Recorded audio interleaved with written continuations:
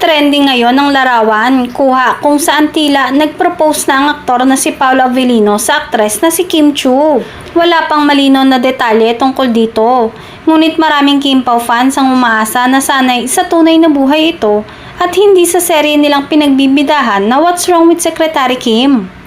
Marami namang netizens ang may kuha ng larawan ng suot ni Kim Chiu nang maganap ang di umano'y proposal ng aktor.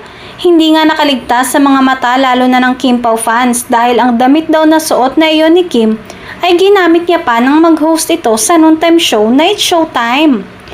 Say pa nila, pag yun daw ay wala sa magaganap na serye ay magpa-party at magbubunyi sila. Dahil hindi na umano kailangan pa ng confirmation mula sa dalawa tungkol sa estado ng tunay nilang relasyon. Una ngang nagkasama sila Kim at Paolo sa linlang at aminado si Paolo na hindi nila in-expect na mamahalin ng tao ang kanilang tandem at nasundan pa ng serye na What's Wrong with Secretary Kim. Kaya naman labis ang kanyang pasasalamat sa mga tumatangkilik sa Kim Pao Love Team. Umaasa din si Paolo na marami pa silang pagsasamahan ng mga proyekto lalo na sa big screen.